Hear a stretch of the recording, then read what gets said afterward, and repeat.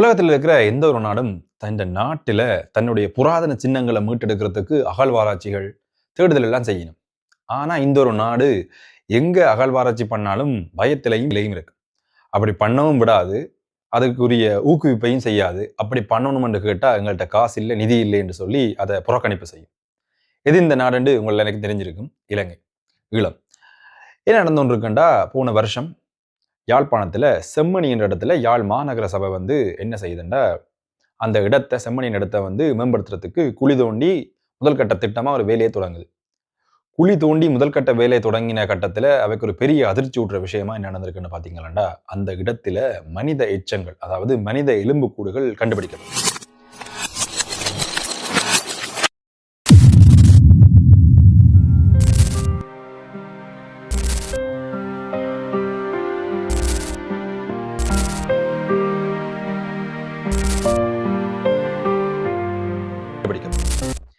கண்டுபிடிக்கப்பட்ட மனித எலும்புக்கூடுகள் எந்த இடத்துல இருந்திருக்குண்டா, செம்மணியின் இடத்துல இருந்திருக்கு. அது ஒரு இந்து மயானம்.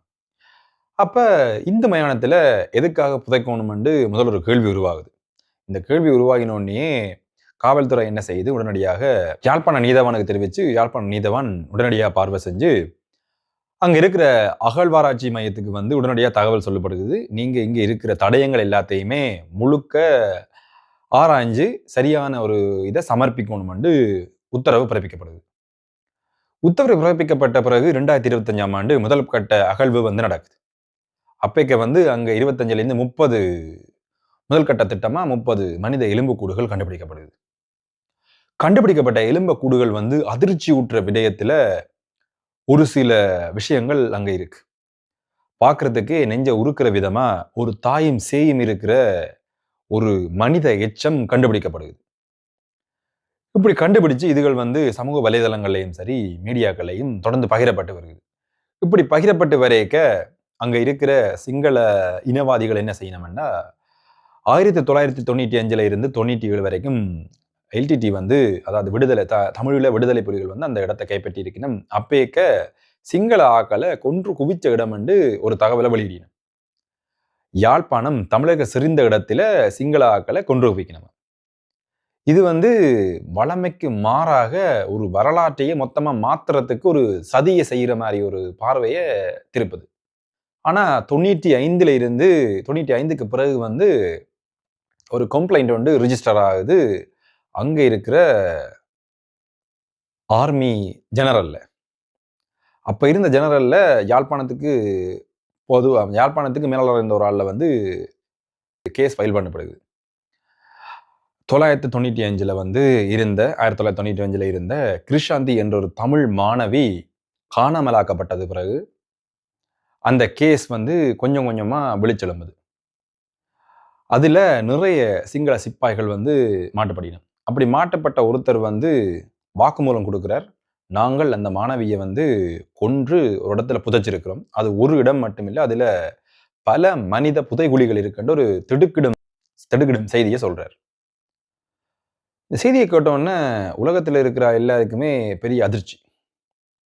எல்லா தமிழர்களுக்கு முக்கியமா. மனித புதைகுழிகள்ன்றது என்னன்னா, ஒரு ஆளை கொன்று மொத்தமா குழுக்களா புதைக்கிறது தான் மனித புதைகுழி. 40க்கு மேற்பட்ட மனித புதைகுழிகள் அங்க இந்த செம்மணி என்ற இடத்துல இருக்குன்னு இவர் வாக்குமூலம் கொடுத்திருக்கிறார் கோர்ட்ஸ்ல. அதுக்கு பிறகு நடந்த யுத்தங்கள் நடக்குது. அதுக்கு பிறகு அரசாங்கங்கள் மாறுது. அரசாங்கம் இந்த விஷயங்களை கண்டுகொள்ளாம அப்படியே அதுக்கு பிறகு விட்டுது. நாட்கள் ஓடுது, மாதங்கள் புரண்டு ஓடுது, வருஷங்கள் புரண்டு ஓடுது. 20 வருஷம் 30 வருஷம் ஆகுது. அதுக்கு பிறகு யாழ் மாநகர சபை இதை கையில் எடுத்து இந்த இடத்தை மேம்படுத்தணும் முதல் கட்ட திட்டத்துல அகழ்வாராய்ச்சி செய்ய தொடங்கியக்க தான் சம்பவம் வெளியே வருது. அப்ப 40 மனித எலும்புக்கூடுகள் 2025ல மட்டும் கண்டுபிடிக்கப்பட்டிருக்கு. கண்டுபிடிச்ச உடனே அந்த கேஸ் அவர் சொன்ன வாக்குமூலத்தையும் இதையும் ஒப்பிட்டு பார்க்க மனித புதைகுழிகள் இருக்கிறது உறுதி செய்யப்பட்டிருக்கு. ஆனால் அதுக்கு பிறகு 2026 வருது. 2026 வர வர வர தொடர்ந்து எண்ணிக்கைகள் கூடிக்கொண்டு வருது. 40, 50 ஆகுது, 60 ஆகுது, 80 ஆகுது, 100 ஆகுது. நேற்றோட சேர்த்து மொத்தம் 248 மனித எலும்புக்கூடுகள் கண்டுபிடிக்கப்பட்டிருக்கு. சமூக வலைதளங்கள்ல ஒரு சில பதிவுகளை பார்க்கக்கூடிய மாதிரி இருக்கு. அந்த பதிவுகளில் இன்னும் சிங்கள இனவாதம் ஏன் இப்படி யோசிச்சு கொண்டிருக்கின்ற ஒரு கேள்வி எங்களுக்குள்ள எழுது. அண்மை காலங்களில் பார்த்துருப்பீங்க, நாடு சுடுகாடா போய் எப்படி இருக்குன்னு இப்ப. ஆனா அதை தாண்டியும் ஒரு இன வெறி இருக்கண்டேக்க இந்த நாடு இன்னும் ஒரு பாரிய வீழ்ச்சிக்கு போகும்ன்றதுல ஒரு மாற்று கருத்துமே இல்லை. தமிழர்கள் கொன்றதை வந்து கொச்சப்படுத்துற விதமாக பல பொய்யான தகவல்களை பரப்புறாங்க. உலகெங்கிலேயும் வாழ்ற தமிழ் மக்கள் இதுக்கு எதிர்ப்பு தெரிவித்தாலும் இன்னுமே இலங்கை அரசாங்கம் வந்து இதுக்குரிய சரியான ஒரு பதிலை இன்னும் சொல்லல. அப்ப இந்த இடத்தை வந்து மனித புதைகுழி இப்போதைக்கு ஆவணப்படுத்தி 247 மனித எச்சங்களை கண்டுபிடிக்கப்பட்டிருக்கு. அதுல தாய் தந்தை, அதோட சிசுக்கள், இப்படி நிறைய நெஞ்ச உழுக்கிற ஒரு ரணமான ஒரு விஷயத்த தொடர்ந்து பதிவுகள்ல பார்த்து கொண்டு வரக்கூடியதா இருக்கு. சிங்கள இன வெறி வந்து இப்படியே தொடர்ந்து நீடித்து கொண்டுமா இருக்குமா இருந்தால் இலங்கை என்ற ஒரு நல்ல நாடு வந்து பாரிய வீழ்ச்சியை நோக்கி சந்திச்சு எதிர்காலத்துல வறுமை கோட்டுக்கும் கீழே போய் சாப்பாட்டுக்கு கஷ்டப்பட வேண்டிய ஒரு நாடா கூடிய விரைவில் மாறும். அது எல்லாருமே இனவாதிகள் என்ற ஒரு கருத்தை முன்வைக்க இயலாது. ஏனென்றா இதுக்கு சார்பாக வந்து நிறைய சிங்களாக்கள் வந்து தங்களோட பதிவுகளையும் போட்டிருக்கணும். அந்த காலத்தில் அப்படி நடந்திருக்குது. ஆனா இனிமேல் இப்படி நடக்க நாங்க விட மாட்டோம், இனிமேல் இப்படி நடக்கக்கூடாதுன்னு சில பதிவுகளையும் காணக்கூடிய மாதிரி இருக்கு. எது நடந்தாலும் ஆனா நிறைய காணாமல் ஆக்கப்பட்டோர் வந்து இன்னும் செம்மணியில தான் புதைக்கப்பட்டிருக்கிறார்களா என்று காணாமல் ஆக்கப்பட்டோர் அமைப்பு வந்து போராட்டத்தில் ஈடுபட்டிருக்கு. அதற்கு சார்பாக யூகேயிலே நிறைய போராட்டங்கள் வந்து முன்னெடுக்கப்பட்டு வருது. இந்த சம்பவங்கள் வந்து எங்களுக்கு என்னத்தை சொல்ல விரும்புதண்டா, ஒரு சமூகம், ஒரு இனம் வந்து மொத்தமா கூண்டாக அழிக்கப்பட்டு புதைக்கப்பட்டு வரலாறு தெரியாம ஆக்கப்பட்டு கொண்டிருக்கு. இன்னுமே நாங்கள் விழித்தெழாமல் இதுகளை பற்றி சிந்திக்காமல் இருப்போமே ஆனால் நிறைய வரலாறுகள் வந்து மறைக்கடிக்கப்படும். இந்த உலகத்துக்கு வந்து எங்கண்ட இன்னல் துயரங்களை வந்து சொல்லியும் ஒன்றும் ஆக போறதில்லை. ஆனால் எங்கண்ட வரலாறுகளை வந்து நாங்கள் கவனமாக பதிவு செஞ்சு வைக்கணும்.